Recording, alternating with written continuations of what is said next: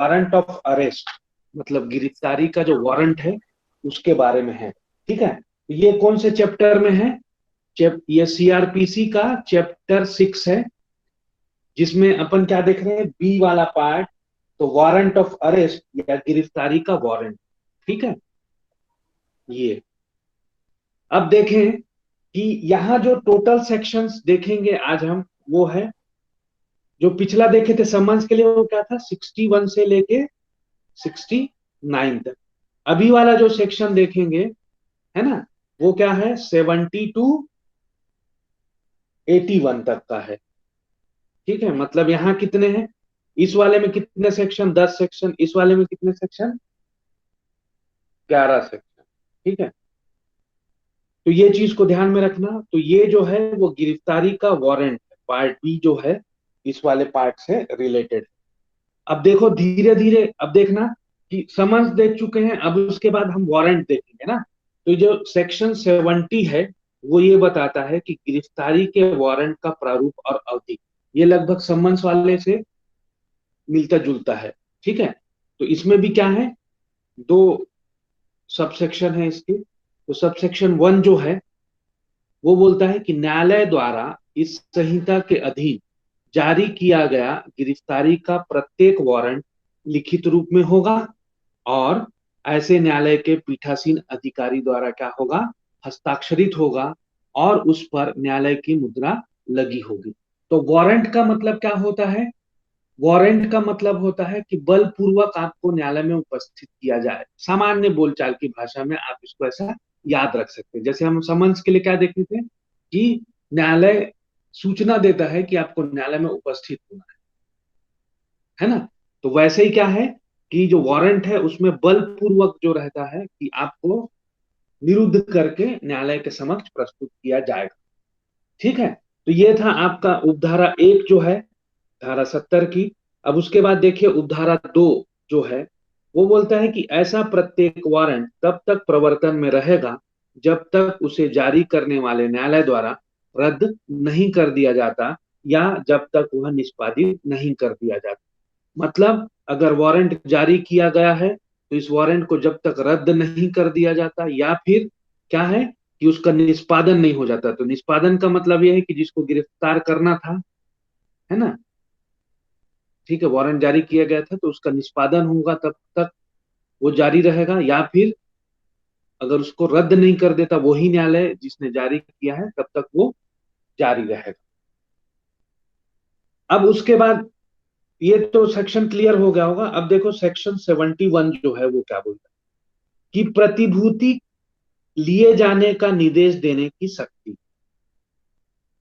तो उपधारा 1 जो है, किसी व्यक्ति की गिरफ्तारी के लिए वारंट जारी करने वाला कोई न्यायालय वारंट पर पृष्ठांकन द्वारा स्वविवेकानुसार यह निर्देश दे सकता है कि यदि वह व्यक्ति न्यायालय के समक्ष विनिर्दिष्ट समय पर और तत्पश्चात जब तक न्यायालय द्वारा अन्यथा निर्देश नहीं दिया जाता, तब तक अपनी हाजिरी के लिए पर्याप्त प्रतिभू सहित बंध पत्र निष्पादित करता है, तो वह अधिकार जिसे वारंट निर्दिष्ट किया गया है ऐसी प्रतिभूति लेगा और उस व्यक्ति को अभिरक्षा से छोड़ देगा। ठीक है, तो प्रतिभूति लेने के बाद क्या करेगा, अभिरक्षा से छोड़ देगा। उपधारा 2 जो है वो पृष्ठांकन में निम्नलिखित बातें कथित होंगी। पहला, प्रतिभुओं की संख्या, ठीक है, और ख जो है वह रकम जिसके लिए क्रमशः प्रतिभू और वह व्यक्ति जिसकी गिरफ्तारी के लिए वारंट जारी किया गया है आबद्ध होने हैं, और ग वह समय जब न्यायालय के समक्ष उसे हाजिर हो। ठीक, और उसके बाद उपधारा 3 है कि जब कभी इस धारा के अधीन प्रतिभूति ली जाती है, तब वह अधिकारी जिसे वारंट निर्दिष्ट है बंध पत्र न्यायालय के पास भेज देगा। अब उसके बाद अगली धारा देखिए, धारा 72 है, जो बोलता है वारंट किसको निर्दिष्ट होंगे।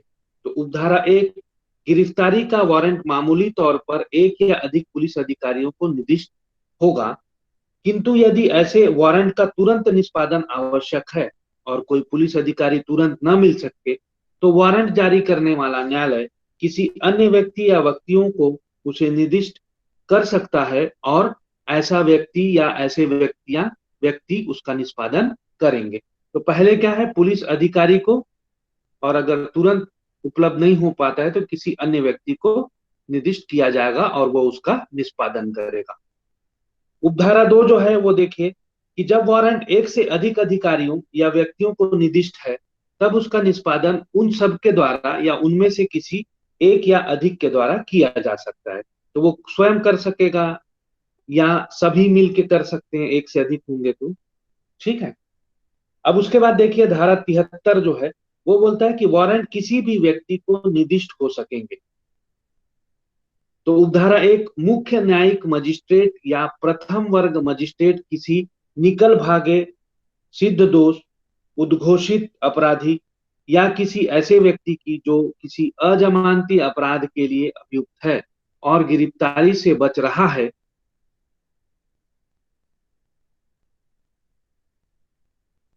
गिरफ्तार करने के लिए वारंट अपनी स्थानीय अधिकारिता के अंदर किसी भी व्यक्ति को निर्दिष्ट कर सकता है।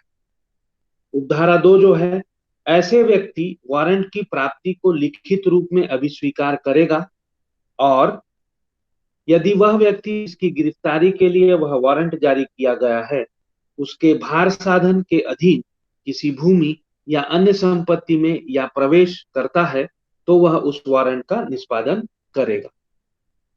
उपधारा 3, जब वह व्यक्ति जिसके विरुद्ध ऐसा वारंट जारी किया गया है गिरफ्तार कर लिया जाता है, तब वह वारंट सहित निकटतम पुलिस अधिकारी के हवाले कर दिया जाएगा, जो यदि धारा 71 के अधीन प्रतिभूति नहीं ली गई है तो उसे उस मामले में अधिकारिता रखने वाले मजिस्ट्रेट के समक्ष भिजवाएगा गिरफ्तारी के बाद। अब देखिए धारा 74, पुलिस अधिकारी को निर्दिष्ट वारंट। तो किसी पुलिस अधिकारी को निर्दिष्ट वारंट का निष्पादन किसी अन्य ऐसे पुलिस अधिकारी द्वारा भी किया जा सकता है जिसका नाम वारंट पर उस अधिकारी द्वारा पृष्ठांकित किया जाता है जिसे वह निर्दिष्ट या पृष्ठांकित करता है। ठीक है। उसके बाद देखिए धारा 75, वारंट के सार की सूचना। तो पुलिस अधिकारी या अन्य व्यक्ति जो गिरफ्तारी के वारंट का निष्पादन कर रहा है उस व्यक्ति को जिसे गिरफ्तार करना है उसका सार सूचित करेगा और यदि ऐसी अपेक्षा की जाती है तो वारंट उस व्यक्ति को दिखा देगा। ठीक है। तो उसका सार वो बताएगा कि आप ये अपराध के लिए आपको ये केस चल रहा है जिसमें आपका है ना वारंट निकला है ये चीज, या फिर उसको वारंट कोई दिखा देगा। अब उसके बाद देखना 76, गिरफ्तार किए गए व्यक्ति का न्यायालय के समक्ष अविलंब लाया जाना। तो पुलिस अधिकारी या अन्य व्यक्ति जो गिरफ्तारी के वारंट का निष्पादन करता है गिरफ्तार किए गए व्यक्ति को धारा 71 के प्रतिभूति संबंधी उपबंधों के अधीन रहते हुए अनावश्यक विलंब के बिना उस न्यायालय के समक्ष लाएगा जिसके समक्ष उस व्यक्ति को पेश करने के लिए वह विधि द्वारा अपेक्षित है। परंतु ऐसा विलंब किसी भी दशा में गिरफ्तारी के स्थान से मजिस्ट्रेट के न्यायालय तक यात्रा के लिए आवश्यक समय को छोड़कर 24 घंटे से अधिक नहीं होगी। तो ये प्रावधान आपने संविधान में भी पढ़ा होगा। ठीक है।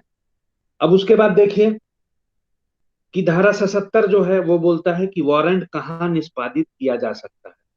तो गिरफ्तारी का वारंट भारत के किसी भी स्थान में निष्पादित किया जा सकता है। अगर वारंट निकला है तो आपको भारत के भीतर कहीं पे भी गिरफ्तार किया जा सकता है या वारंट का निष्पादन किया जा सकता है। अब धारा 78 है अधिकारिता के बाहर निष्पादन के लिए भेजा गया वारंट।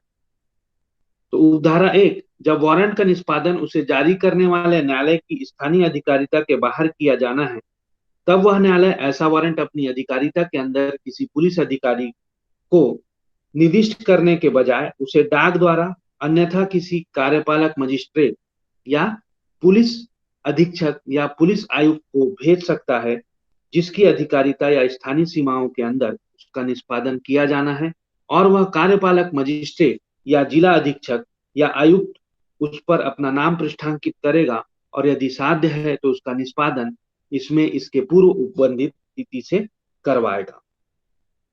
उपधारा 2 देखिए कि उपधारा 1 के अधीन वारंट जारी करने वाला न्यायालय गिरफ्तार किए जाने वाले व्यक्ति के विरुद्ध ऐसी जानकारी का सार, ऐसी दस्तावेजों सहित यदि कोई हो जो धारा 81 के अधीन कार्यवाही करने वाले न्यायालय को यह विनिश्चित करने में कि उस व्यक्ति की जमानत मंजूर की जाए या नहीं समर्थ बनाने के लिए पर्याप्त वारंट के साथ भेजेगा। धारा 79 अधिकारिता के बाहर निष्पादन के लिए पुलिस अधिकारी को निर्दिष्ट वारंट।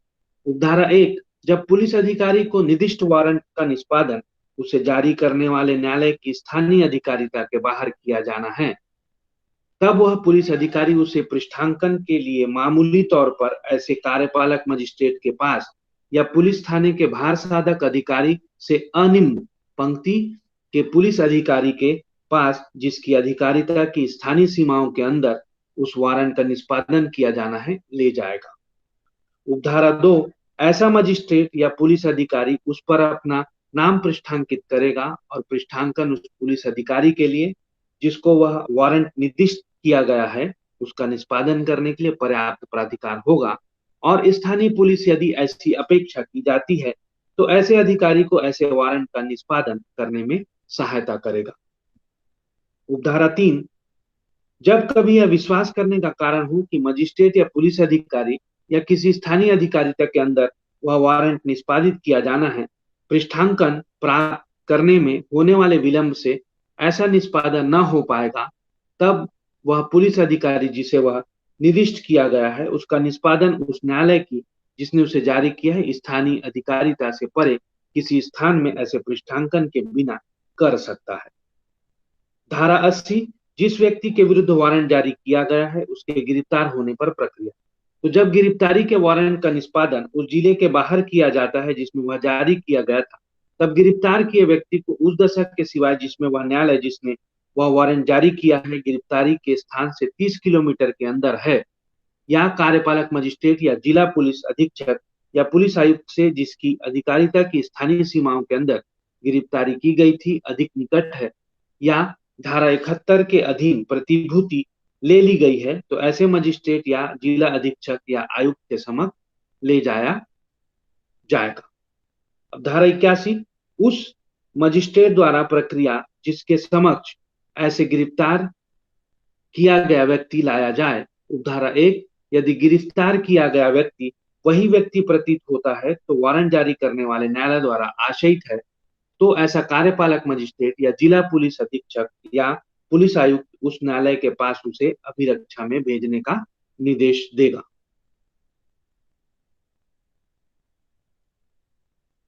अब देखिए, परंतु यदि अपराध जमानती है और ऐसे व्यक्ति द्वारा जमानत देने के लिए तैयार और रजामंद है जिससे ऐसे मजिस्ट्रेट जिला अधीक्षक या आयुक्त का समाधान हो जाए, तो वारंट पर धारा 71 के अधीन निर्देश पृष्ठांकित है और ऐसा व्यक्ति ऐसे निर्देश द्वारा अपेक्षित प्रतिभूति देने के लिए तैयार और रजामंद है, तो मजिस्ट्रेट जिला अधीक्षक या आयुक्त यथास्थिति ऐसे जमानत या प्रतिभूति लेगा और बंध पत्र पर उस न्यायालय को भेज देगा जिसने वारंट जारी किया था। परंतु यह और कि यदि अपराध अजमानती है तो धारा 437 के उपबंधों के अधीन रहते हुए मुख्य न्यायिक मजिस्ट्रेट के लिए या उस जिले में जिसमें गिरफ्तारी की गई है सेशन न्यायाधीश के लिए धारा 78 की उपधारा 2 में निर्दिष्ट जानकारी और दस्तावेजों पर विचार करने के पश्चात ऐसे व्यक्ति को छोड़ देना विधिपूर्ण होगा। उपधारा 2 इस धारा की कोई बात पुलिस अधिकारी को धारा 71 के अधीन प्रतिभूति लेने से रोकने वाली न समझी जाएगी। तो ये था आपका गिरफ्तारी का जो वारंट था, अध्याय